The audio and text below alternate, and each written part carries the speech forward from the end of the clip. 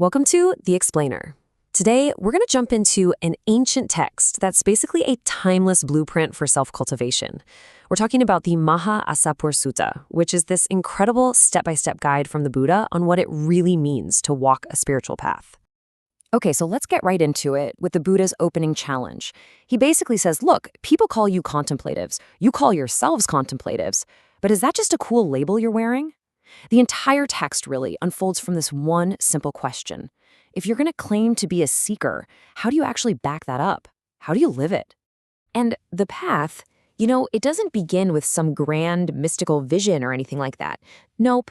It starts with something way more grounded, building an absolutely unshakable ethical foundation, one practical step at a time. So these are the first things you got to do. It all starts on the inside, with developing a real conscience, a genuine concern for how your actions affect others. And from that core, it ripples outward, making sure your physical actions, your words, your thoughts, and even how you earn a living are totally pure and don't cause any harm. So you get to this point, right? And it's so easy to think, all right, I've got this handled. I'm a good person. My conduct is clean. I must be done. But right away, the Buddha says, not so fast. And this line, it becomes this powerful refrain that you hear again and again throughout the text. It's like this constant, gentle tap on the shoulder, reminding you that spiritual growth isn't about hitting one level and then setting up camp. There's always more to be done. Okay, let's move on to the next stage. This is where the focus shifts from our outward actions to the much more subtle, and let's be honest, often more difficult, disciplines of the mind itself. This is where the real self-awareness kicks in. We're talking about guarding what you let in through your eyes and ears, eating for health, not just for pleasure, training yourself to be truly wakeful and alert, and being completely 100% present in every single thing you do, whether you're walking, talking, or just sitting in silence.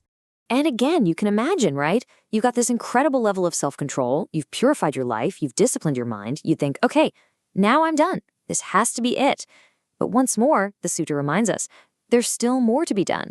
So what this is really hammering home is that this whole journey is about continuous growth. It's not a checklist you just tick off. Each stage is an absolutely necessary foundation for the next, even deeper level of practice. It's a progressive path. Now we get to the heart of the inner battle. With that solid foundation of conduct and discipline in place, we're finally ready to turn around and face the big bosses, the 5 core obstacles that cloud our minds and prevent any real peace. I mean, this is basically the universal static of the human mind, right? Wanting things, being angry, feeling lazy and tired, worrying all the time, and that crippling doubt. The sutta frames these not as your personal failings, but as these impersonal forces that hold the mind in a kind of prison. Now, this is what's so brilliant. The text makes liberation feel so real, so tangible. Overcoming these things isn't some abstract, floaty idea. It feels like paying off a massive debt, or finally getting healthy after a long illness, or walking out of prison. It's a profound, you can feel it in your bones kind of freedom. So, with the mind now clear, stable, and free from those hindrances, now you're ready to access some truly profound states of concentration and insight. This is where the path leads to the summit. So the first stage of this deep meditation is described with this just beautiful, vivid image.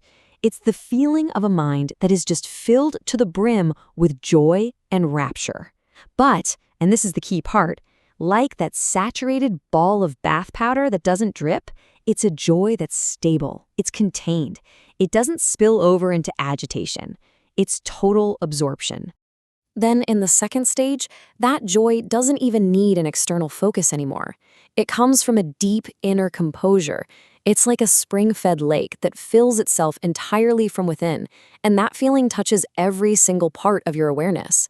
From there, that really intense energy of rapture starts to mellow out into the state of deep, peaceful pleasure and balance. The feeling is one of being completely nourished and suffused with well-being, just like a lotus flower drawing cool water all the way up from its roots to its very tip. And this image just brilliantly captures the final stage of concentration. All that's left is a pure, bright, completely undisturbed awareness. The mind is totally enveloped in its own clarity, with no part left untouched. Okay, so from this incredibly clear and stable state of mind, the text says the first of 3 higher knowledges can arise. And it's a big one, the direct ability to actually see one's own past lives. Now, to keep this from sounding completely out there, the sutta gives us a really simple analogy. It's as natural as remembering a trip you just took.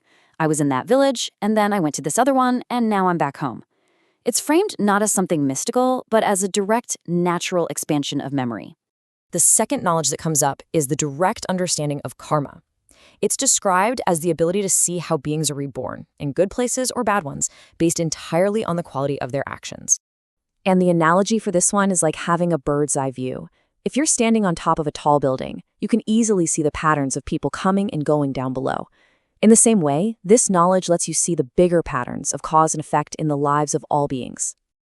And this is it, the final and by far the most important knowledge.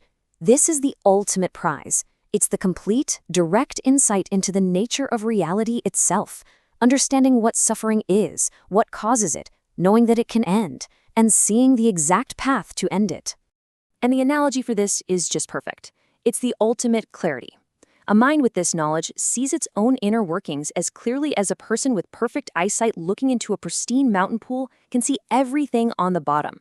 The shells, the pebbles, the fish swimming around, there are no more secrets. So after laying out this entire exhaustive path from basic morality all the way to ultimate wisdom, the Buddha circles all the way back to his original point and finally redefines what all these spiritual titles actually mean. He explains that titles like contemplative or Brahmin, they aren't just labels you get to wear. They are earned descriptions of an inner reality. As you can see here, each title signifies a real, verifiable inner transformation. It's not about what you call yourself. It's about what you've actually accomplished inside. The calming, the expelling, the complete washing away of the mind's impurities. The name becomes a true reflection of what you are. So as we finish up, this ancient text asks a very modern, very personal question. It's laid out the entire map, from the first step of building a conscience to the final step of total freedom. The question it leaves us with is this. Looking at this path, where are you right now? And what's your next step?